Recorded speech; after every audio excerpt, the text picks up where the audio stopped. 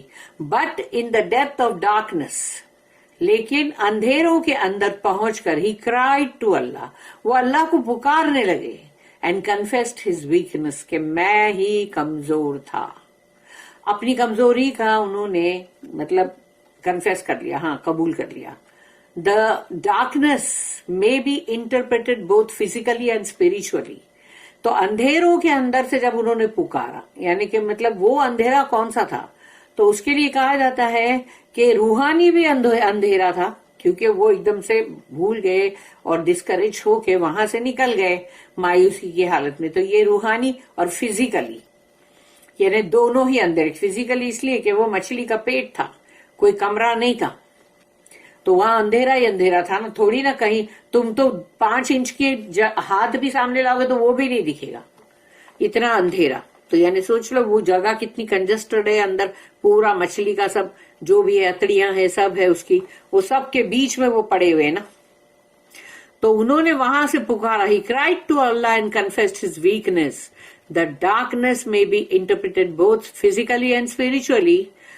Physically as the darkness of the night, رات کا اندھیرا کیسا ہوتا ہے ویسا اندھیرا تھا وہ. And the storm, اور وہ طوفان, and the fish's body, اور وہ مچھلی کا پیٹ. Spiritually as the darkness in his soul, اور روحانی طور پر یہ کہ ان کی روح کے اندر اندھیرا ہو گیا تھا نا.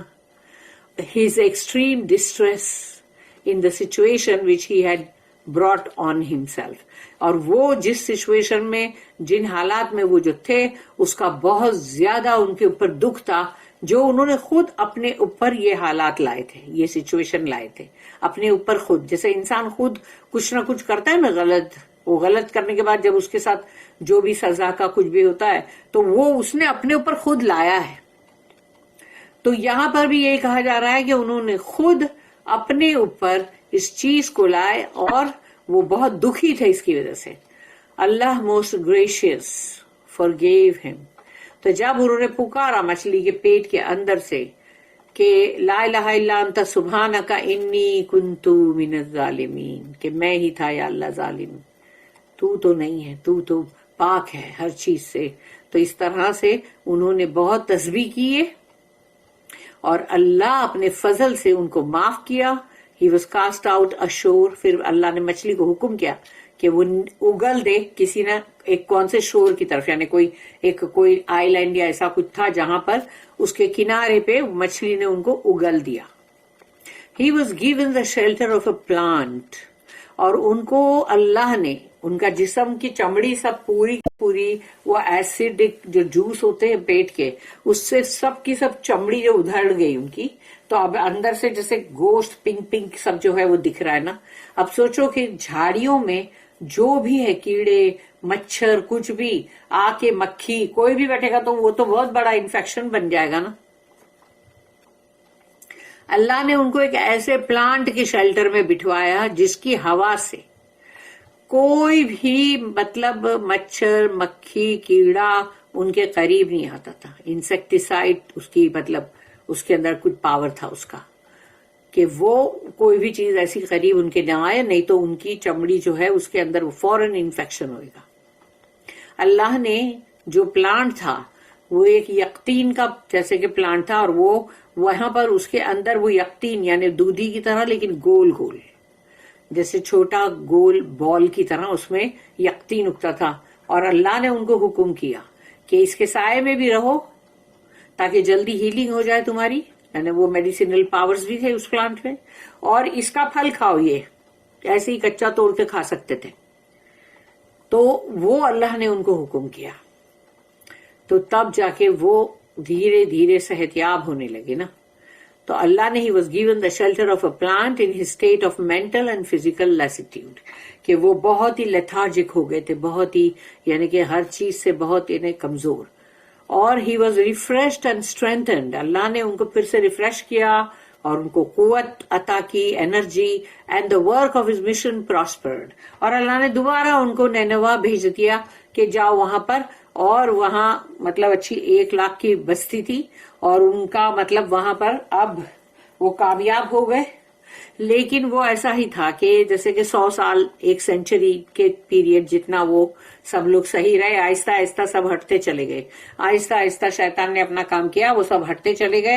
اور پھر 100 سال کے بعد، جبکہ اب وہ یونس علیہ السلام تو ہے نہیں وہاں پر، اور وہ لوگ جو اپنے مطلب بگڑتے چلے گئے، جو بھی غلط بندگیاں شروع کر دی انہوں نے، اور جو بھی وہ کرنے لگے غلط حرکت، تو ان کے اوپر پھر عذاب برابر آیا. وہ عذاب جو اللہ نے روک لیا تھا، اب وہ عذاب ان پہ آیا. اور پھر thus he overcame all his disappointment by repentance and faith. تو جو بھی ان کا مطلب مایوسی تھی، وہ توبہ استغفار، اللہ پہ ایمان، اس کے لیے وہ اس سے مطلب باہر نکل آئے. And Allah accepted it. اور اللہ نے ان کو یعنی ان کی ہر توبہ کو سب کو قبول کیا. اللہ accepted him.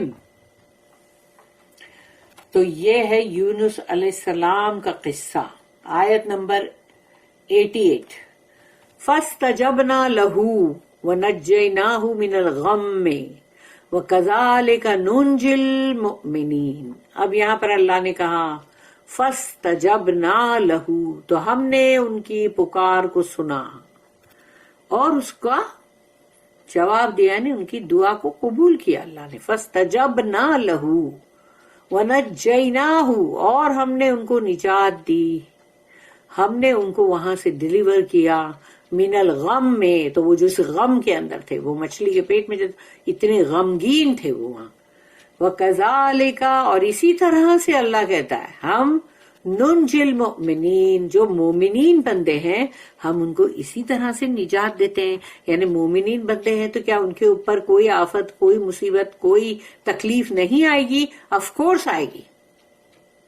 اور جو جتنا اللہ کے قریب ہے اتنا ہی اس کے ساتھ یہ چیز ہوگی، کیونکہ اگر اس کی چھوٹی سی بھی خطا کو اللہ نہیں مطلب چھوڑے گا کہ اس کو وہ مطلب جیسے کہ وہ اس کو اللہ پاک وہ سزا یا جو بھی ہے وہ دیتا ہے، اور پھر اس کی توبہ استغفار جو ہے اس کو قبول بھی کرتا ہے. تو اللہ ہر مومن کے لیے اللہ نے یہ بات بول دیا کہ وَكَذَلِكَ نُنْجِي الْمُؤْمِنِينَ، اور اسی طرح سے ہم نجات دیتے ہیں ہر مومنین بندے کو.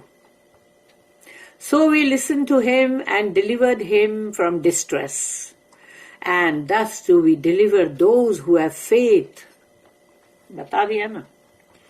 تو اب ہم اس کو پڑھیں گے تفسیر ابن کثیر کے اندر.